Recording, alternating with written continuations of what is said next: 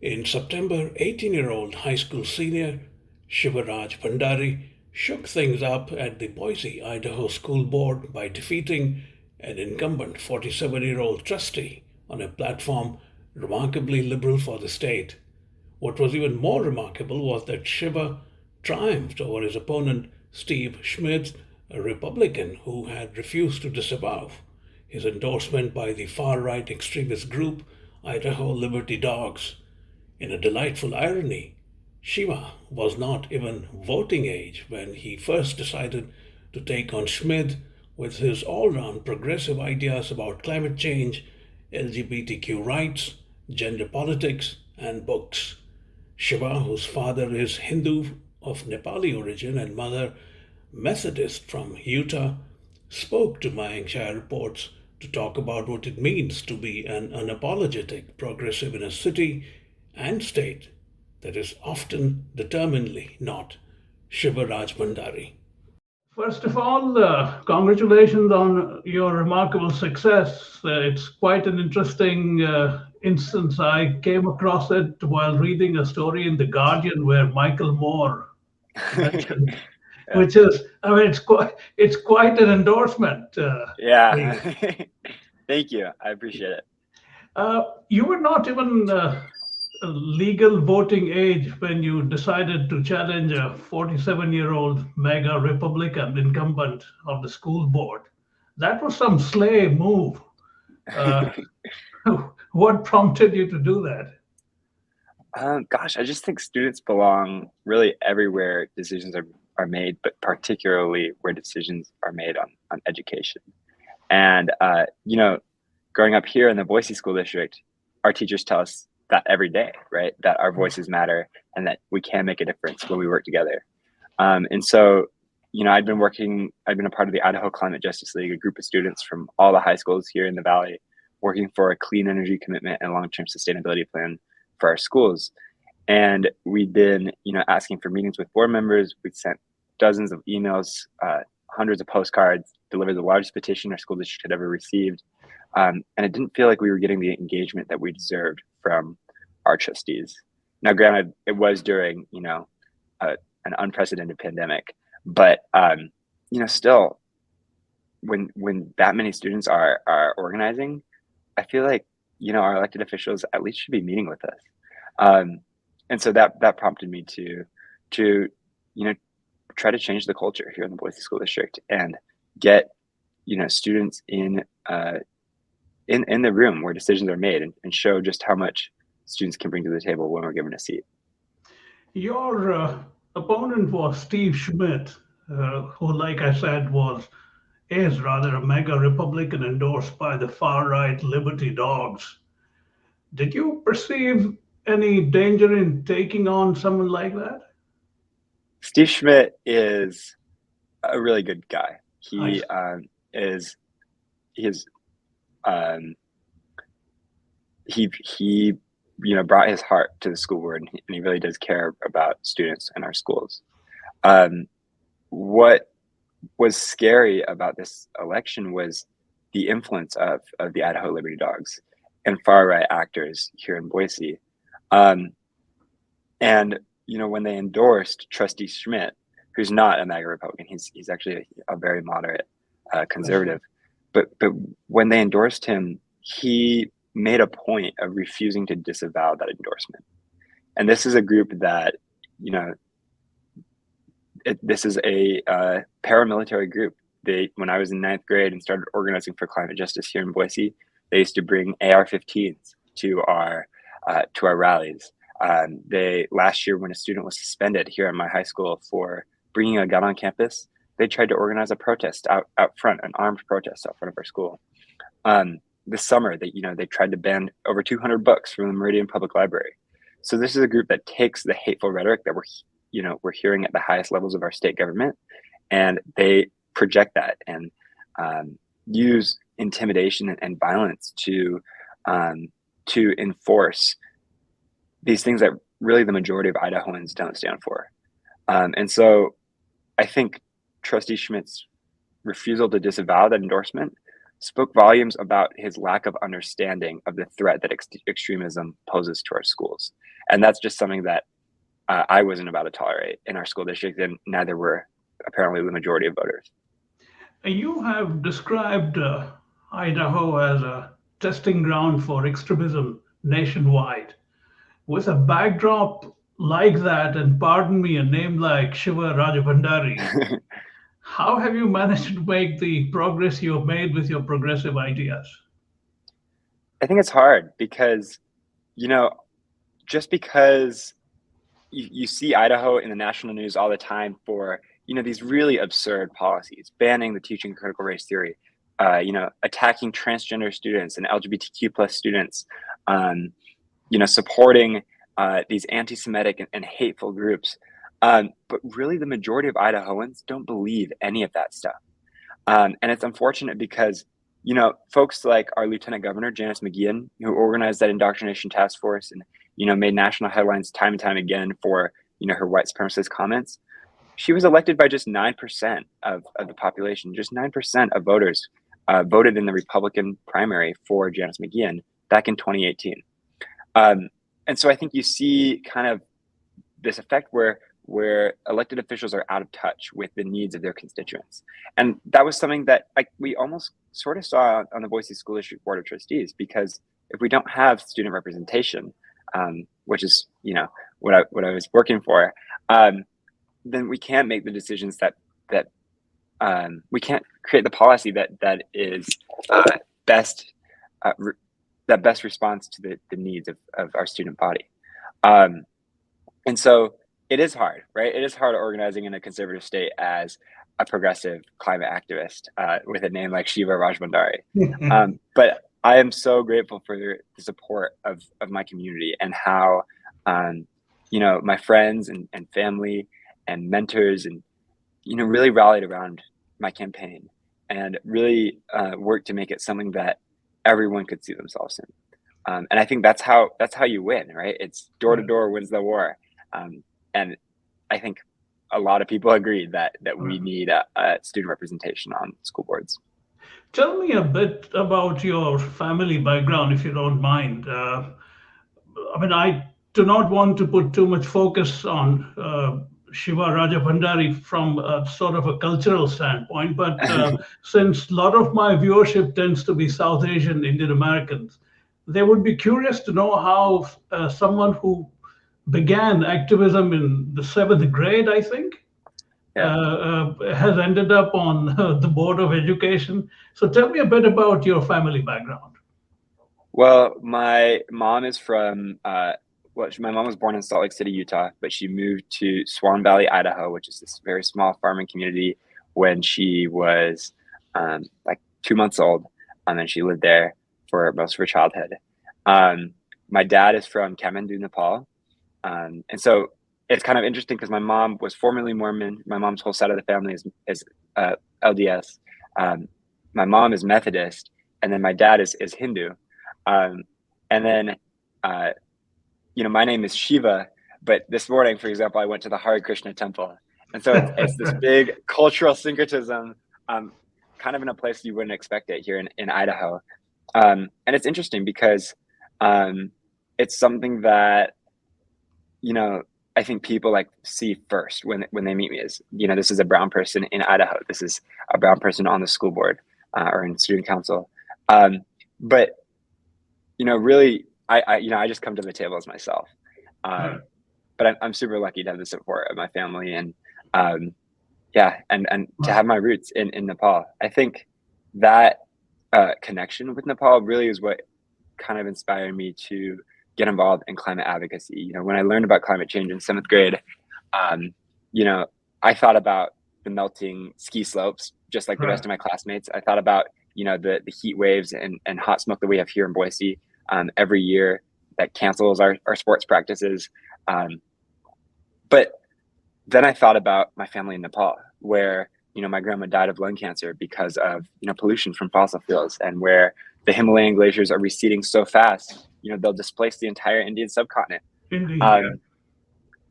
And that is when I realized, living here in the United States, we really have a duty to take action on this crisis. And it's such a privilege that, growing up at this time, I can influence policy and fight for a livable future, not just for myself and for Americans, but for folks around the world who aren't nearly as responsible for the climate crisis. Right. Your activism began in the seventh grade, like I said, as a response to the fact that climate change was not part of the Idaho science curriculum. You, of course, went to a school where it was. Yes, I Would was you super like to lucky. tell me a bit about the seventh grade boy getting into this? It's quite an interesting turn of events. Yeah, I mean, it was really a lot of growth really quick. I learned about climate change kind of in a 2-week unit in our earth science class. And I was so lucky that here in the Boise School District, we talk about climate change, and that, I had a teacher who, was willing to bring that up in the classroom. And, I kind of turned inward, and it was really isolating because it felt like, folks in the news and, politicians really weren't talking about this crisis that is so existential right now. Um, and so I kind of turned inward and, started, recycling more and stopped buying clothes and all the things that corporations tell us we should be doing. But I soon kind of realized that that's all futile if we're not seeing system-wide action on climate change. And so when local organizers planned a climate strike here in Boise at the Capitol, my friend and I saw the poster and we decided to attend. And it kind of turned that sense of isolation into one of empowerment, right? Over 1,500 of my peers out on the Idaho Capitol steps, demanding our elected officials take action on climate change, demanding that they say the word climate change or implement it at least in our education standards so that we are prepared to solve this crisis, right? And that's how I got involved. That's how I realized, just how powerful we can be when we all work together. And so I started Extinction Rebellion Youth Boise and started organizing via direct action and community education. We held protests at banks and at the Capitol, and we organized a community garden and, supported mutual aid and really worked to build this community of youth activists here in Boise, fighting for a livable future. And then I got involved with Salmon and Steelhead, working with tribes across Idaho. And it really catapulted me kind of to a position of leadership among my peers, where, I was testifying in the legislature and, networking with elected officials. And I realized just how important representation is, both, having a person of color on the school board, on student council, but also having students, right, making the decisions that affect them. We're the primary stakeholders in our education. We're boots on the ground in the classroom. We know what, we know what we got to do in our schools, and we can engage a lot more students in that decision-making process. Before I come to a couple of questions about your work on the school board, I'm curious to know whether you think that young people like you who are liberal, open-minded, are the right counter to the kind of extremism and strident nationalism that seems to be setting in certain segments of American society. That's a great question. I think that hate, every single time, if you look in world history, hate is a losing platform. When you start banning books, when you start isolating people, isolating individual members of society, or banning a certain way of life, that's when you know you're on the wrong side. And I fundamentally believe that we will win this battle, right? We will stop climate change, and we will build a more equitable world. And that's not just because I think that that's the right thing to do. That's because all around me, I see my peers and my friends and my teachers organizing and demanding change, and working to build a more participatory democracy. And I know that, around the world, we're in the majority, right? People haven't lost their common sense, even though sometimes it seems that way. And even here in Idaho, you can see that. Right. Tell me about the kind of duties or work that you do as somebody who is on the school board. It is a commitment. It certainly takes time, but it's a commitment that any student really could do. And there's so many other students that are qualified to serve in this role, Right. in who I know here at Boise High and across the Boise School District. I think sometimes we try to paint elected officials as like the heroes of their own story, but really the heroes of my story are my friends and my peers who organized and got me elected, and who believed that we could make change. And with or without me, I believe that students will continue to be on the Boise School District Board. We meet once a month in a board meeting and once a month in a workshop. And then we also have committee meetings. So I'm on the policy committee and facilities committee. And I'm super happy to be on both those committees, because I think policy is like really the most direct way that the board's decisions influence students. And the facilities committee allows me to help shape the long-term sustainability plan that we're writing for the Boise School District, which I hope to get passed this year. And I'm so excited about that because, youth around the world rank climate change as the #1 most important issue facing our planet, facing our generation. Right. And so it makes sense that climate action starts in schools, but also there's so much money to be saved, right? Our second largest expenditure here in the Boise School District is energy, and we can reduce that in half within 10 years just by making a long-term plan. Right. And while we're doing that, we can improve the health of our community, improve the health of our students, and invest in our facilities. And that's something that really, as my econ teacher likes to say, makes my socks go up and down. It's super exciting. But really, I think the most valuable role that I serve is connecting students to the board and getting students involved in the local decision-making process, and showing, what students can bring to the table when we're given a seat. And that's a really big goal of mine, is to get more students emailing the board, contacting their board members, and get our board members in the schools and hearing from students and teachers as to what struggles we're facing and what we can do to fix it. Other members of the board who are presumably much older than you are. Yeah. How long did they take to get used to the fact that here is a young man who's in all ways on par with what we do? So tell me a little bit about your very first meeting and what the reaction was. I think it's been a growth experience for all of us. Certainly for me, as someone who's kind of always been this outsider to government and decision making, it's certainly a learning process to, that bureaucracy takes time, and that, we have to work within the system and talk to people to create the solutions, right? It's not all going to happen right at once. But I think it's also been really valuable for the other trustees, who I think at first might have been skeptical of having a student on the school board. What does it mean? Can I serve my full term? Will it, negatively influence the environment at my school or my teachers? And I think those are valid concerns. But I think my primary role is to show that, students belong on the school board, and we really can bring a lot of value to those conversations about policy and about governance, and what students need, and how we can support those needs from the top. Right. So my first meeting, it was really cool. It was a little bit like terrifying, because I come in, right, the meeting starts at 6, and I just sit there, and we all do the pledge, and then they conduct normal board business like a normal board meeting, and then about halfway through, they call us up, and we all get sworn in. And then I take my seat on the board, and it was just like that. I was there.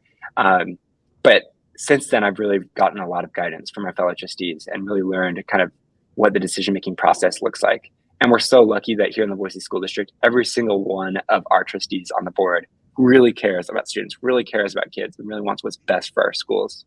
And that is something that I'm just so grateful for, that everyone who was endorsed by the Idaho Liberty Dogs lost, and that the people who were elected really are competent leaders who know what our schools need and are excited and passionate about creating those solutions. Before you were elected, you had obviously the perspectives and the drive of a youthful young man, a teenager, who probably thought that things should be changing much, much, much faster than they are. Now that you are in the system, looking at the bureaucracy, as you mentioned, and the way implementation work, are you able to reconcile what you see in the board with the young constituency that obviously looks up to you? I think I am. I think that I still believe that, change needs to happen quicker. And I'm still, pushing for, dramatic shift away from fossil fuels, for later school start times, for more mental health initiatives in our schools, for, more student to board and student to administrative communication and teacher to administrative communication. Um, I think that, what I'm learning is that change is slow and change is hard. But that doesn't mean that it's not something that we can push, and it's not something that activism can't accelerate. Um, and it's really just been such a learning experience. But I think those two things are certainly reconcilable, in that, like, I think the only thing that separates me from my fellow trustees is that I'm 18. Like, really, I am qualified to serve on the school board. I've been a longtime advocate for sustainability in our school district. Been on the Boise School District Sustainability Committee, longtime advocate for voting rights and clean energy. On the student council, very involved in our schools, very invested. So I think it's really just such a privilege to be able to represent students and bring that voice to the table. The last two, three things. Has your dating potential dramatically changed, increased, intensified? Tell me a bit about that. I'm curious to know. I think the lady seed is doing all right.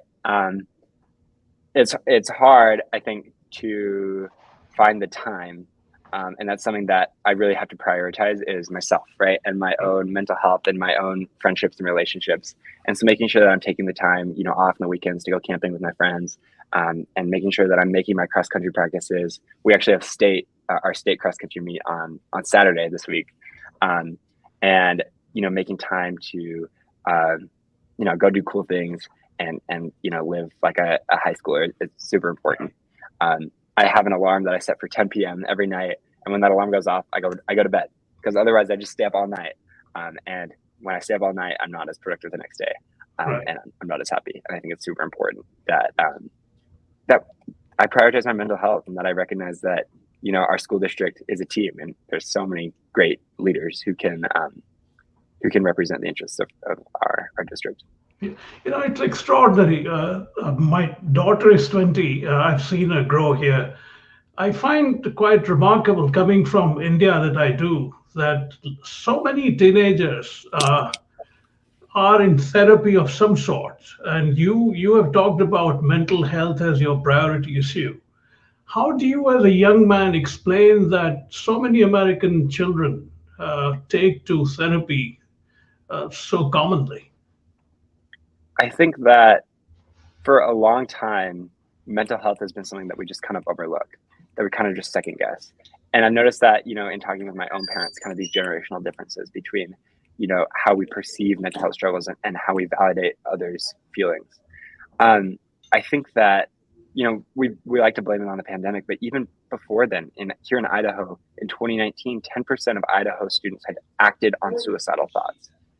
So not just had suicidal thoughts, acted on suicidal thoughts.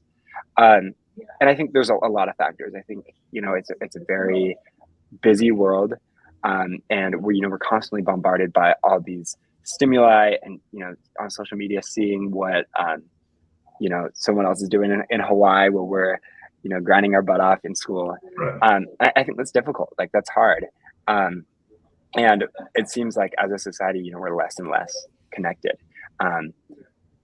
I think it's just really important to build an inclusive school and community culture where everyone feels welcome to express themselves how they are, and come as themselves, and feels like they matter and that their voice is valid. And so I think that mental health is something that's really been overlooked in schools in the past. And I know that everyone here in the Boise School District recognizes that, and really wants to help build a more positive learning environment for our students, because when students are dying in schools, when students are missing class because of depression or anxiety, you're not going to see the student achievement that schools are for, right? So mental health is definitely my top priority when it comes to that. Your father is a Hindu from Nepal, and your mother is a Methodist from Utah. Yes. How do you, I mean, first of all, how does that combination influence you as a person? And number two, do you get torn in different directions culturally and spiritually, or it's something that you, at your age, at least, I would presume you wouldn't really be thinking about those things? Actually, it's really something I reckon, I've been wrestling with my entire life. And it's hard, they're married, they're happily married, but we do have, we're kind of a house of two cultures where we celebrate Christmas and we celebrate Tihar, right? And it is, I think when I was like younger, it was something that I kind of felt isolated about at school. I would be the only kid eating chicken curry at lunch. The lunch ladies would come and be like, ask what I'm eating. And I was almost like embarrassed of my culture, and embarrassed of my name. But, since then, as I've grown, I've realized, what a privilege it is to be a part of like these two really cool cultures and communities. And, to be able to like go to the Hare Krishna temple and the Methodist church and kind of get these two kind of different experiences of spirituality, and then have the freedom to decide for myself what spirituality looks like for me. And for me, I don't know if it's going to church or dancing in the temple that makes me feel closest with God. I think for me, it's really getting outside and enjoying, the beautiful earth that God created. I love to run in the foothills. I love like the feeling of the sun on my back. I love to fly fish and get to go into the mountains and see, these gorgeous lakes. And I guess that's sort of namesake too, because I guess I'm named Shiva, right? And that was someone he really liked. Well, he was the original cool dude. Exactly, right? So it's certainly something like to live up to and something that I continue to wrestle with, but I think it's certainly reconcilable. And it's really such a privilege to, have this experience that none of my friends really get to have. So. Indeed. And lastly, you have attended youth climate rallies where adults armed with AR-15s have showed up in protest to essentially intimidate you. You means the protesters. What does that do to a young mind when you see adults carrying such weapons and just dropping subtle and not so subtle hints? It's terrifying. It really is. Extremism has no place in Idaho or anywhere else, right? And especially, I think about, when we were freshmen and, the Idaho Liberty Dogs came out with these AR-15s, the same guns that just like weeks prior had been used to, gun down students in high school. It really speaks volumes about the polarization and kind of this sense of unrest here in the United States that we need to talk about. I feel like it's so easy to see these domestic terrorists as as bullies and as really evil people, and I mean, yeah, they are, right? That's not something that we should ever tolerate, but I think that we do need to create a space where people feel welcome to come as they are and feel safe to express their views without feeling judged by others. And that's something that I really want to do on the school board. So I would say that, as a student, like it was like, oh my God, they have guns over there. Like, and they're dressed up like cops, but they weren't cops. Right. So it's like, it's really just like terrifying. But it also is like, wow, we're like really making a difference. Like, you are doing something cool when you get, armed counter protesters in their 50s Indeed. coming to your climate rally as a freshman. Right. And so I think that's something that, I think that's something that we'll continue to wrestle with here in Idaho and across the country. But I think it's something that we can solve by working together and kind of healing our differences and talking it out. And before I let you go, What kind of further studies are you looking at in college? And is electoral life, politics, something that you would consider? Yeah, that's a great question. I'm applying to colleges right now. It is also very terrifying. It's a lot of work, but I'm really interested probably in public policy or environmental science. I think I want to be an environmental lawyer and fight for communities that live closest Oh, how to the wonderful. land. Yeah.